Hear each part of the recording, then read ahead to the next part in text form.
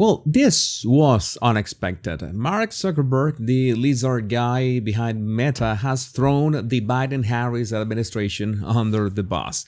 And who could have known? Because you thought that Facebook was one of the US government's, the Biden-Harris administration's best friends. You know how many times Mark has been in trouble trying to cover up for their tracks.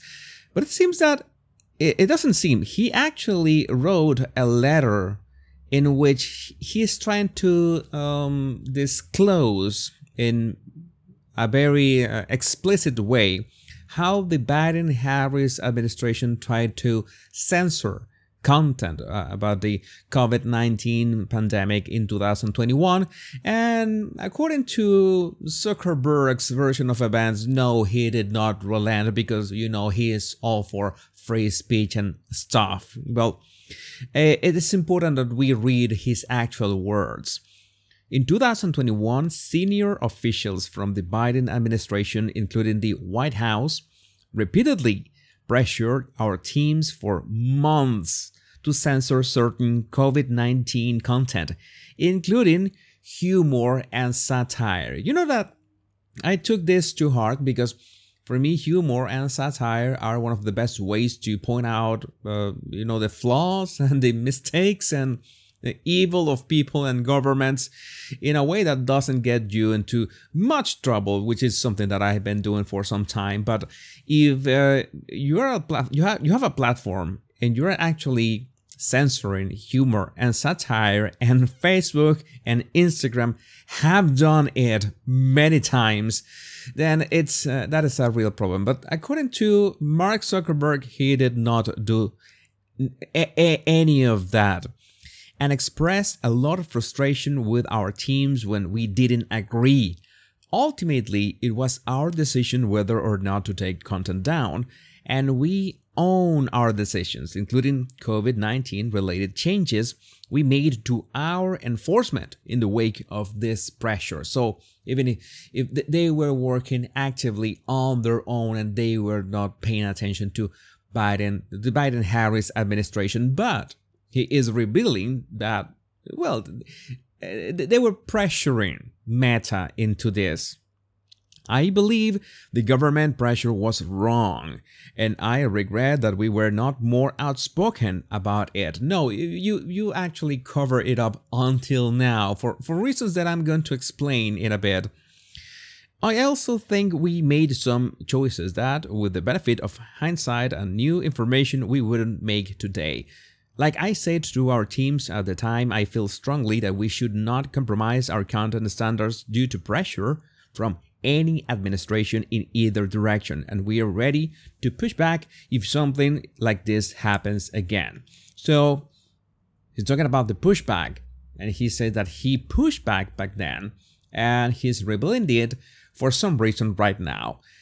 I've always told you in my videos that when someone does something, has an action, there's usually an intention behind that. You sometimes you have people who want to watch the world burn, but that is not that is a very low percentage of actions of people. But usually actions have intentions behind them. So the idea is why this statement right now, and such a delicate moment in the presidential race. We have less than 70 days until the presidential elections, and also it was not enough to talk about the COVID-19, trying to suppress information, even humor and satire, because there's more.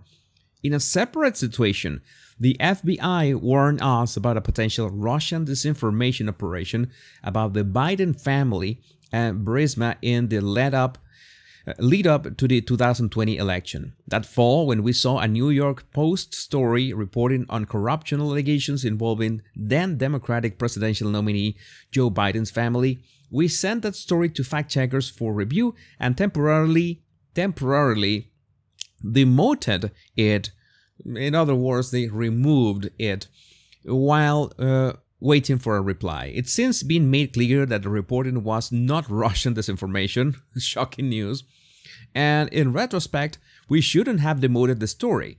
We've changed our policies and processes to make sure this doesn't happen again. For instance, we no longer temporarily demote things in the US while waiting for fact checkers. So this has happened in other times. The three-letter agencies reach out to Meta for things happening on Facebook and Instagram and tell them, hey, you know what, we are doing this is kind of investigation, and you might as well just silence everything that people are saying on your platform because it can, taint our process, and that doesn't make sense. So just close your laptop, just log off Facebook or Instagram, because that's not gonna have any impact whatsoever. Or that is my take, that it's not going to have any impact whatsoever. But it was a video from Charlie Kirk that sparked the conversation that Mark Zuckerberg would not be doing this unless he had not the hunch, he had the hard numbers that something is going to happen in November, and he had to act accordingly. As in, you can imagine that the amount of data that Meta has, both from Facebook, from Instagram, and WhatsApp, it's massive. We are talking about a database in which he can actually know what is going to happen in November. Maybe is not actually know, but have a very good idea of how what the outcome would be. Now, the question that Charlie Kirk asked, and the question that I'm going to ask you at the same time, is: do you think Mark Zuckerberg would have released this statement if he didn't think that Donald Trump could win in November? What would be the use? What would he gain if Kamala Harris was a sure victory in November? That wouldn't make much sense, in my opinion. But again, we are talking about numbers. We are talking about hard numbers, hard data that Mark Zuckerberg should have in his hands. And look at this, and what do we have here? And we have to come clean in many ways. In one hand, to restore some kind of, let's say, reputation and trust in his platforms. I'm sure that he is afraid that Facebook and Instagram are going the way of mainstream media, in the sense that people are not paying attention to them. And I forgot Threads as well. Threads, the Twitter killer that Mark Zuckerberg poured, I don't know, millions into it, and nobody really uses Threads. It's so boring. Well, it's something like that. Most people use X for information. I use X exclusively for my research, because it's where you get the actual pulse of things. You get very good access to videos and opinions and the links to the facts, and that's the way that it is the easiest way to do it. But in this sense, I'm sure that he wants people to think or believe that Facebook and Instagram are okay sources of actual information, which for me it's just nonsense. That I wouldn't trust whatever I see on Facebook. I made a couple videos about how elderly grandmas and grandpas are all this have all this crazy stuff with AI going on Facebook, and it's all bots, and it's all this fake content used only for engagement farming. I'm not gonna say that X is not perfect in that way, but you have to learn to. If you learned how to prune the content, you get very good content on X. This is not an advertisement, but again, it's the tool that I use. But at the same time, it's like saying, okay, I want to come clean about this stuff. What happened back then? Completely unnecessary for Meta, if not is for saying, oh, we are totally clean and totally good reputation outlet. No, this is like a sign of things to come. This is like Mark Zuckerberg knows something that we don't. But again, we don't have a video of Mark Zuckerberg, but we have very specific words right here, like in the